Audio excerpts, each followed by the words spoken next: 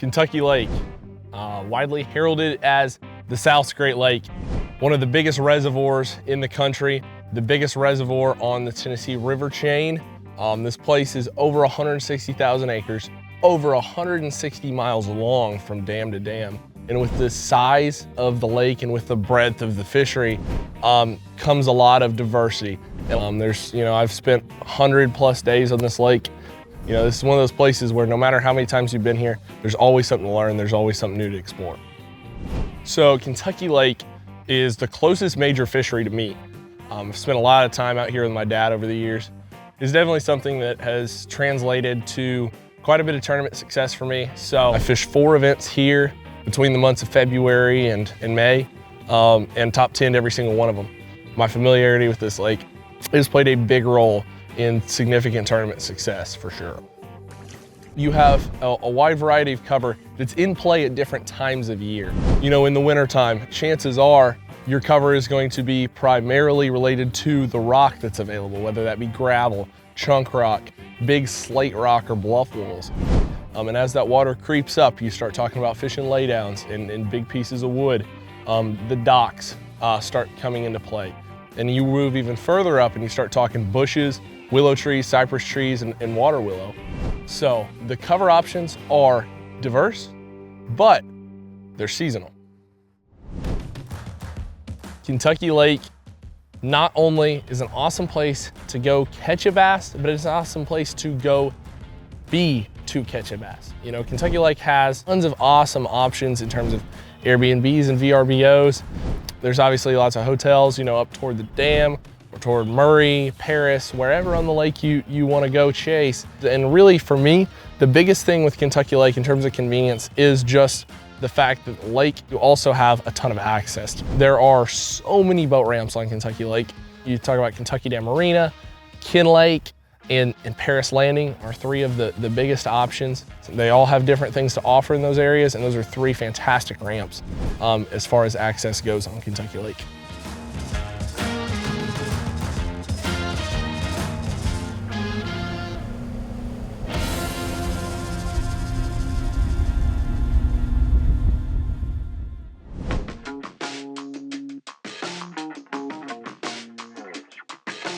Kentucky Lake is an extremely dynamic fishery season to season because of the factors that are in play with the changes in water clarity and the changes in water level throughout the year.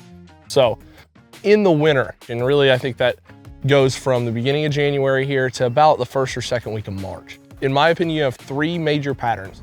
Pattern number 1, bluff walls and extremely steep contours.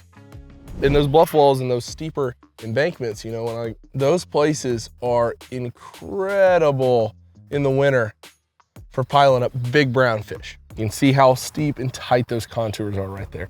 Really dark because of how tight those lines are, which means that contour is very straight up and down. Steep contours are extremely productive places to go catch big smallmouth in the wintertime. Kentucky Lake is no different. That right there is primo. Pattern number 2, this one might be my personal favorite, and that's running semi-shallow brush. But you're looking for a depth range. So when I get on my graphs in the wintertime and I'm looking for brush, I'm looking main lake adjacents. My whole focus all winter long is main lake adjacents. I'm not getting off into creeks. I'm not getting off the main lake. I'm staying on the main drag. So when I start looking for brush, the first thing I'm gonna do is I'm going to narrow my search mentally. So I'm gonna go right, my chart, depth shading, go to my shading, and highlight the range that I'm looking for, which in this case would be 12 feet to 15 feet. And that's the range of water that I wanna look in. And as you look around the lake, what's gonna happen is you're gonna notice really, really wide bands like this that are in that depth of water, massive swaths that are in that depth of water. I don't want that. And I also don't want little tiny tight places where I don't have a lot of options, where it's unlikely that there will be a pile that'll fall just right to be in that depth zone. What I want is a nice contained flat spot, generally at the mouth of a creek, toward the main lake, like this right here. It's flat enough to give me options and have the potential of having brush on it, but it's small and compact enough that it's not going to be really overwhelming to try and break it down right there. That is gonna be the deal for sure. In the wintertime for catching big largemouth. Essentially brush fishing, a lot of times you gotta think like a crappie fisherman. Those are the guys that put out the most brush. That's my best big largemouth deal. If I'm gonna catch a largemouth over 5 pounds on Kentucky Lake in the winter, probably gonna come off a brush pile. The third pattern that I really like to emphasize in the wintertime on Kentucky Lake is the bar bite, the shallow offshore bite. And this is a deal that it looks a little bit different depending on time of year, but this is a deal that is present almost all year long. You know, most of the time in the true winter, you have very clean water, and they're rolling a lot of current. So those fish are willing to set up on those offshore places good, but that current keeps them relating to either an object or to a very, very obvious contour change. So you get on my maps here is bar fishing. So when I'm bar fishing, I'm going to run a little bit shallower because they're gonna be flowing a lot of current in the wintertime most of the time. So you're gonna have a ton of flow that's gonna put them on the fronts of shallow offshore places. And just like that bluff deal, I like having those tight contours around, whether it's on the side or on the front. I like having tight contours on a good bar in the wintertime. So this one right here has those steep contours on the front, and they're probably gonna get right on top of that shallow high spot on the nose of that bar. A good bar could have 2 or 3 groups on it. And this bar bite, probably one of the most dominant ways to win a tournament here in the winter, because when you find a productive area, you can go win a 5-fish tournament off of 1 bar.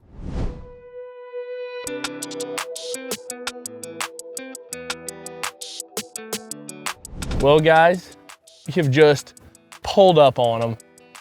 Picture this, brisk winter morning, 42 degrees, calm, and not a bass boat in sight, and you're about to mash them. I'm gonna be honest, on Kentucky Lake, they're gonna bite 1 of 3 baits. And one of the 3 of these will beat everything else at all times, all winter long. First, I love picking up the jig head minnow in the wintertime, especially fishing bluff walls and piles specifically. That minnow is absolutely deadly. 6-inch jerk minnow. This is a 3/16 ounce 1/0 hook. It's just an absolutely deadly combination for catching, especially catching the smallmouth. Another great option, the chandelier. The 5 wires is quite possibly the most dominant winter bait ever made. It's so efficient and so effective at the same time. It is the only moving bait in the winter that you can just huck and wind and consistently catch it with. So I like throwing the 5 wires with either like 1/8 or 3/16 ounce heads. I like, you know, throwing a moderate sized swim bait. I don't throw anything too small, but I'm not throwing anything gargantuan. You know, I'm saying that 3 and change to 4 and change inch range. I'm gonna put it on like 18 pound, 17, 18 pound line. That A-rig is an amazing option for bluff walls, for piles, for bars. It's really at home on the bars specifically because you're dealing with groups in shallow water that are set up to feed. And this one right here is probably the best all around of the 3 in terms of versatility, meaning you can always make one bite it in the wintertime. Wintertime and jerk baits go together like peanut butter and jelly. It's such an interactive bait, so that jerk bait is going to be one of those 3 options, and quite possibly the most versatile of the 3 options in terms of winter baits for Kentucky Lake.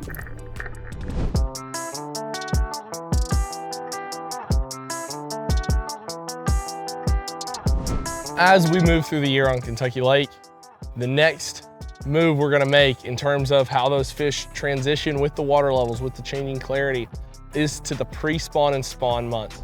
So the pre-spawn and spawn months, those are gonna be characterized by increasing water levels. You're gonna have increasing stain in the water, and you're gonna have more cover become present as you move through that transition. So starting to get a little bright out of here. I'm gonna pop these sunglasses on, and we're gonna take a look at my units right here. So in this scenario, pre-spawn fishing on Kentucky Lake, I'm gonna focus on really one main deal, running places on especially the LBL side, which is the land between the lake side, the east side of the lake. is the manageable amount of flat water that it has. Meaning when they start to get up shallow, it's really predictable as to where they're gonna show up, because most of that side is steep. It's got a lot of very aggressive straight up and down contours. So we have a steep stretch, a place right there that they tend to winter on, and right off of it, there's this flat stretch that faces south where some current can push up on it and back them up onto this flat place right before, you know, they can get up in here into the spawning cover. And it's just a perfect scenario where it's a place where they're cornered between where they want to spawn and where they want to winter. And that right there is the absolute juice in the pre-spawn. They get up shallow, you know, between 3 and 8 feet of water on gravel and chunk rock places on the land between the lakeside. And that LBL side has so many good little places like this that are isolated flat spots. As we move into the heart of the spring, trees start budding and blooming. That's one of those situations where I'm gonna start focusing on that first push of spawning fish. So here at Kentucky Lake, one of the most classic ways to catch them when they go up to spawn is fishing bushes and fishing cypress trees. So I'm gonna try and focus on managing that flat water and giving myself the highest percentage odds of catching those first spawning fish as they move their way back. So when I look at this, I like that 2 to 4 foot zone, turn that shading on, and I'm trying to find those places that just scream at me. And just like a bay would on the bank, when you see it with your eyes, or a little pocket that you see with your eyes, those little bays and pockets underwater are just the same in the springtime. It's part of a greater bay and pocket, but this is the highlight right here. This is the focal point. This little divot right here. Any bushes, willow trees, cypress trees that fall on the edge of this divot are gonna be really high percentage places. So that's how you catch those spawning largemouth. The spawning smallmouth, they are a little bit different. As I look at my charts, I'm gonna go depth shading. And for the smallmouth, I wanna be a little bit deeper. The smallmouth like to stay a little bit more main lake adjacent. They spawn a little bit deeper water than the largemouth most of the time. So I'm looking at 4 to 8 foot zone. This is kind of my focal zone.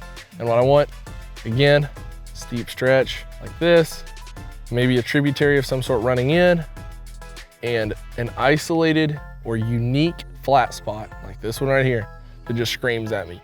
Somewhere that is going to allow them to get up on top of a flat spot on one of those tabletop places and have lots of smooth, hard bottom to spawn on.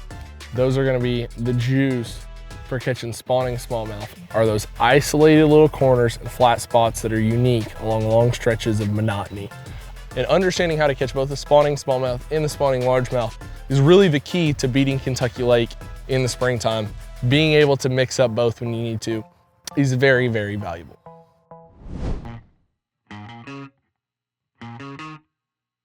It is the pre-spawn.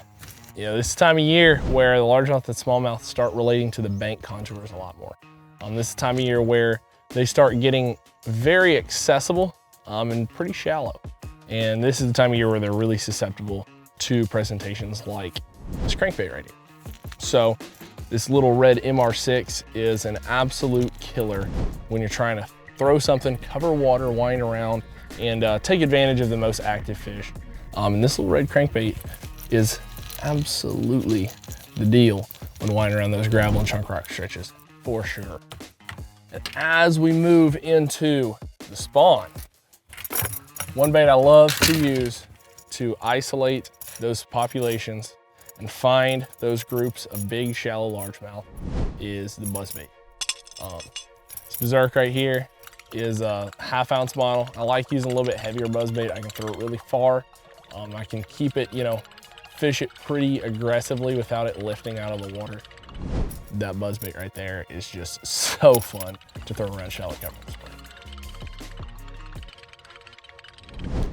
One of my favorite things, and probably my favorite bait for picking up around the spawn, is this 7-inch, this is Nico Rama right here, 7-inch finesse worm with a 1/16 ounce Bass Pro nail weight in there. That right there is an absolute killer. I fished 4 tournaments here in March and April, and of those 3, every fish but 2, I weighed on this Nico worm. Bam! Whew.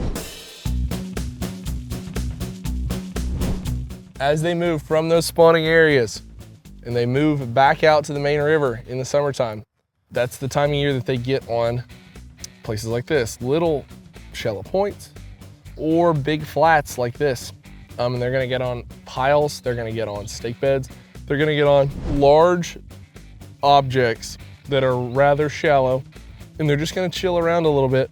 And really the important thing with this is not as much learning it for targeting them specifically, it's learning it to understand the bridge that separates when they're all the way back here from when they're all the way out here, all this deep stuff out by the main river. And this is the bridge that connects it, that post-spawn season. That's when those fish are recuperating. They're gonna be skinnier and lighter than they are the rest of the year. It's a great time to go out there and just get bit. Then we take that big step that Kentucky Lake is known for, which is that ledge bite. When you get out there on that main river, they get out there deep and in groups. That's the kind of thing that everybody likes to emphasize. That's really the golden carrot in terms of fishing on the Tennessee River and fishing on Kentucky Lake in the summertime. And I'm gonna highlight this 14 to 16 foot zone. That's gonna be kind of my focal point, especially early in the summer. I wanna find little places, little corners, just like that right there, that face that current, allow those fish to pile up on a very obvious spot. So I'm looking for places like that right there on the main river that's set up right. Or I'm looking for stuff that's a little bit off the main river, a little bit more secondary, like this right here, just a little flat spot on the front of this bar. There's gonna be current that's gonna pop up right here on this steep spot, and that's gonna be the kind of place that they'll set up on the secondary stuff. But either way, I'm looking for that same depth of water, and I'm looking for stuff that faces that current. When they get on stuff like that in the summertime on the Tennessee River, especially Kentucky Lake, that can be some of the fastest and most furious bass catching action all year long. And that ledge fishing deal is the dominant pattern on Kentucky Lake in the summer.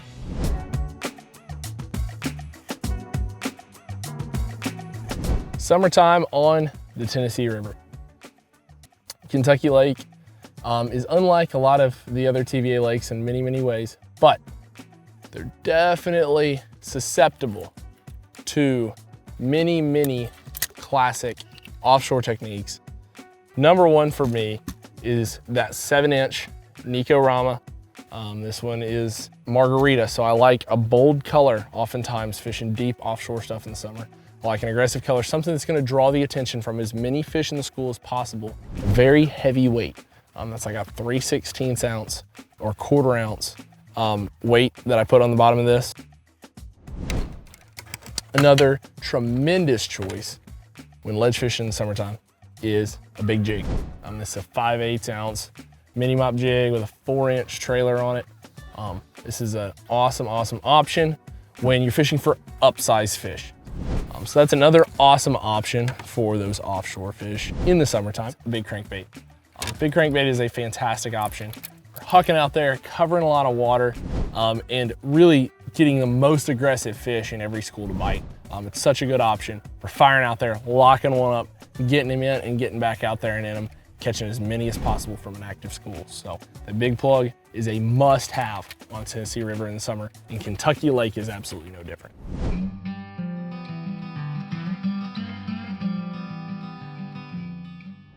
In the fall on Kentucky Lake, this is a time of year where the bass are very scattered. In the fall, generally you've got two main deals. You have very shallow, pocket-oriented shad chasing bass, and then you're gonna have that group of big ones that's a little bit more nomadic. And by nomadic, they're not truly out there just swimming around the middle of nowhere, but they're gonna get up on top of a bar and they're gonna roam. And they're gonna roam in groups, meaning they're gonna be groups of 3 or 4. And there's gonna be a population of maybe 30 of them up on top of a bar that shift up and down the bar based on time of day, based on current, things like that. So when you're talking about the fall, there's a couple major deals. Deal numero uno, in my opinion, one of the best deals for getting bit consistently and kind of getting rid of the blues of fall fishing and how it can sometimes be hard to get a bite, is getting in a major tributary like this and looking for a large bait fish population towards the back of the creek. So most of your fish, you know, the ones that want to live shallow are going to be on the bait fish. They're not going to be necessarily related to an object. They're just going to be back there feeding on shad, schooling on bait, and getting back in the shallow water in the very backs of those creeks and pockets. One of the best deals though, for consistently catching big ones, for catching above average size bass in the fall on Kentucky Lake, is getting up on really shallow high spots. I have my depth shading turned to 2 to 6 feet. So I'm looking for very shallow water offshore.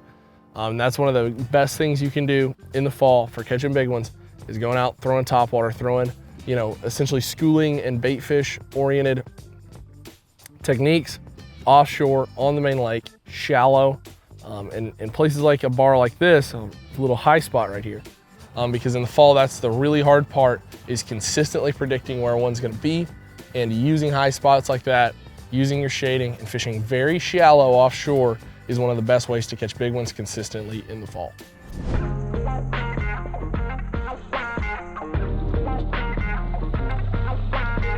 Fall on Kentucky Lake, generally speaking, this time of year that it's tougher to get a bite than it is the rest of the season. So when I'm out there, I'm running around, I'm trying to get bit in the fall, I'm gonna keep it pretty simple. My baits are going to be bait fish oriented, and they are going to be surface oriented. 2 bait show in the fall. Number 1, it's a 6-inch jerk minnow here, rigged, you know, fluke style. I've got it as a line through rather than spining it with an EWG hook, so that it has maximum action. I've got a size 2 treble in the belly, and right there is absolute juice for throwing over those bars and throwing around in the bays, snapping around, and trying to get those big old largemouth and smallmouth to bite. And a lot of times, if they come up schooling, you can sling this thing in there and get absolutely eaten immediately. Just, if you get them to bite it and you set the hook and they're there, you're probably gonna land that fish. And my other option in my 1-2 punch is a big walking topwater. It has so much drawing power. You can miss them by 30 feet and call them to it. And it's just such a good option in the fall for catching big fish.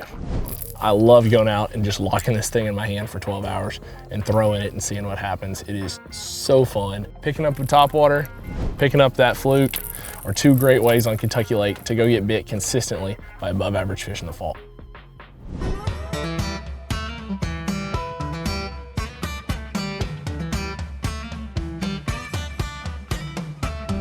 I hope this comprehensive breakdown of the South Great Lake, Kentucky Lake, helps you understand the lake season by season, water level by water level, and it helps you get out there on Kentucky Lake and catch more bass throughout the entire year.